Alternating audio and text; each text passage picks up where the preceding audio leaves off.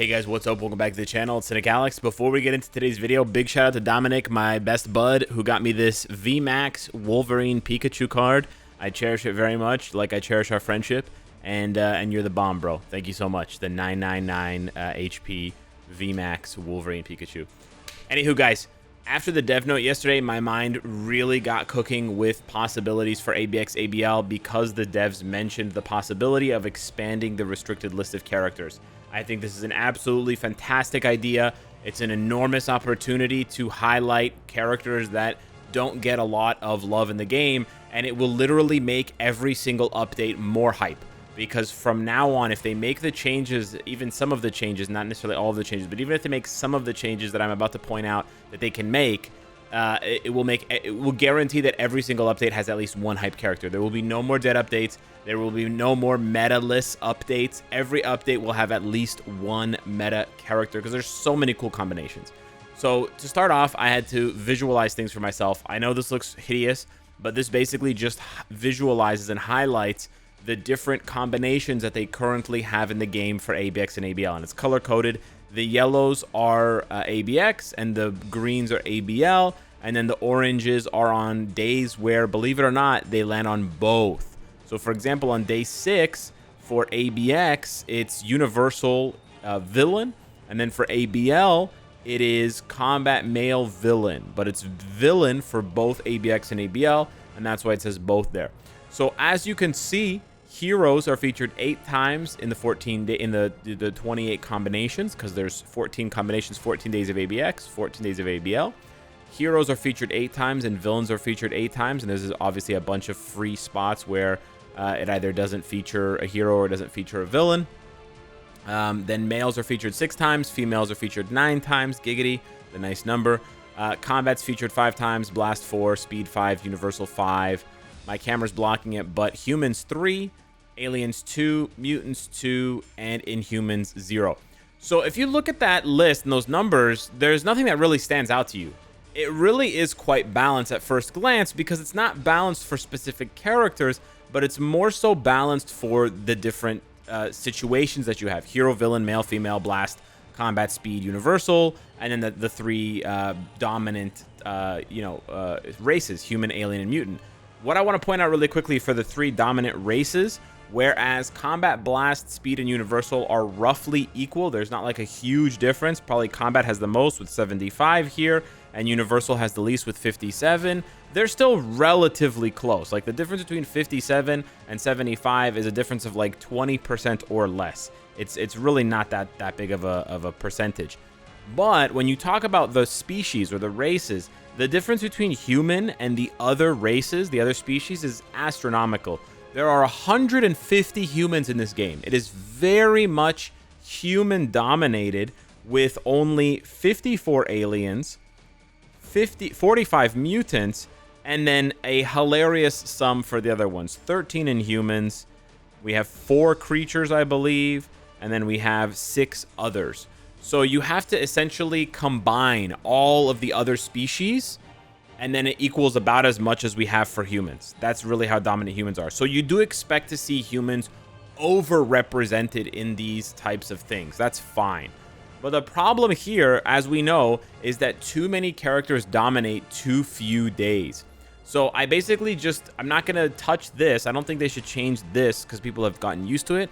I think they should just add a 3rd week.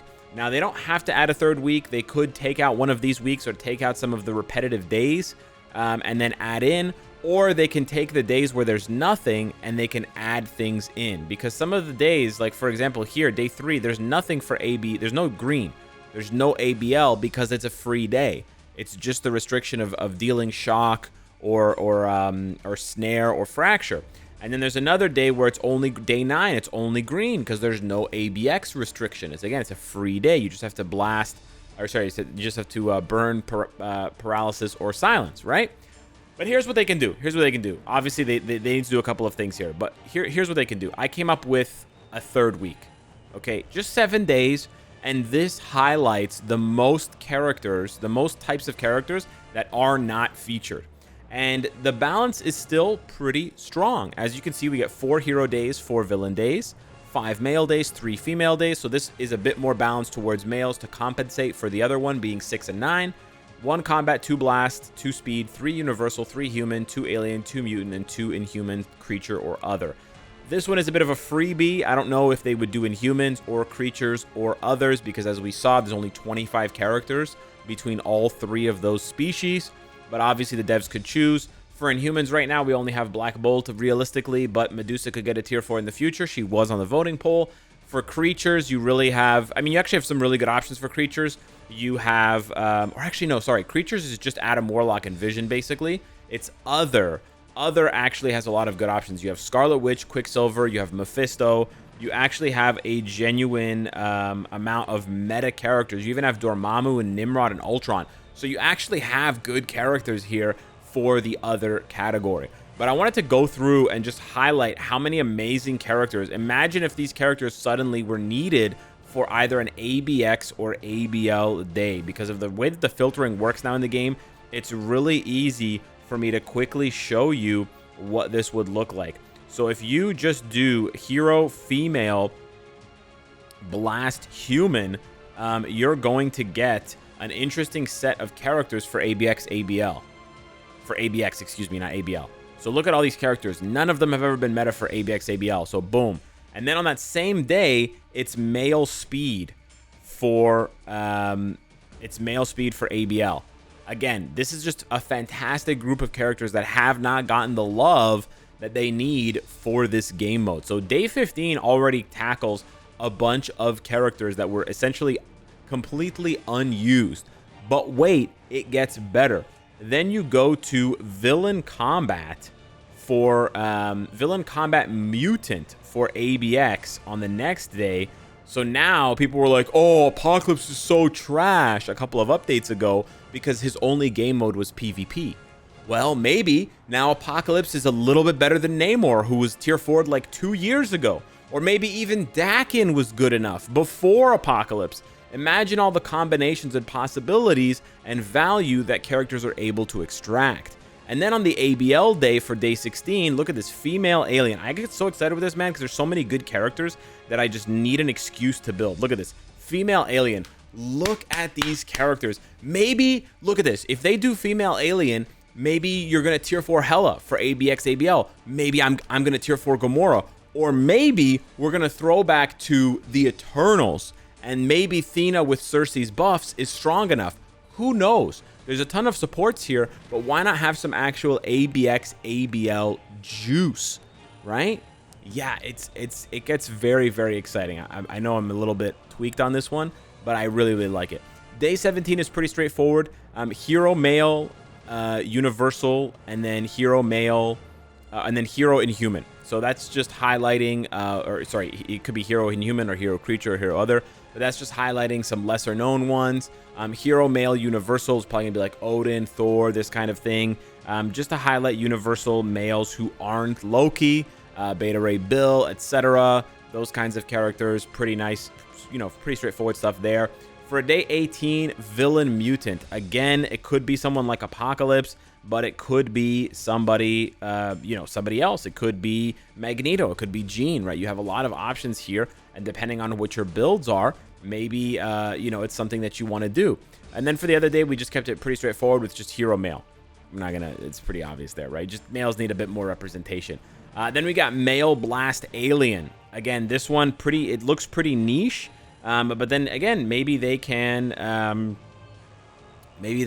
you know, build up some of these characters. Maybe Rocket should have gotten a tier 4 that made him good. Maybe Ebony Maw is good enough as a tier 4 because he has buffs, you know? It really just depends on how you build these characters and what they can do. Day 20 is also another one that I really like. You have just female, so you can kind of go wild with that. But then for the other one, you have villain and then inhuman, creature, or other. So this is where it starts to get really spicy, because you have, you know, any typing, right? Doesn't matter. It just has to be a villain, and it has to be creature or inhuman or other. So there's actually no villain creatures, but there's 4 villain others, and of course there are now 4, but 1 really dominant inhuman villain. So I think if they categorize these 3 together, inhumans, other, and creatures, you can actually make for some pretty interesting days where there can be multiple options for the players.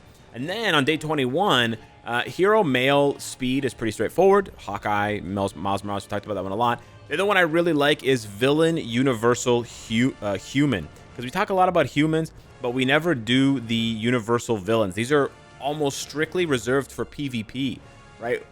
People were not really happy with Doctor Doom, or even Kang for that matter, when they came out, because their only game mode was PvP. What if they had a day for ABX or ABL? Even Ant-Man could have been considered for that in lieu of Doom or Kang. So this is what I wanted to highlight for you guys, because I think there's just so much potential here. I'm going to make a separate video for PvP game modes and sort of what my expectations for those and what player feedback is for those. I've seen a lot of mixed feedback in the community from people that are excited about it and not excited about it, and I understand that. But for the ABX ABL thing, I think they've been doing a lot of things right, and they've been hitting a lot of notes, and upgrading the rewards appropriately, pushing the ranks and the score limits appropriately, releasing characters for it in a way that is, not too aggressive. So I think the last step here is to just expand the restrictions a little bit and do away with some of the overlap. I don't necessarily think, by the way, that we should do a third week. I'm just doing this as a third week to make it easier for people to understand and to visualize. But genuinely, what I think they should do is they should just take some of these restrictions. Some of them are not needed, like, for example, female, the female day, you could just, get rid of that.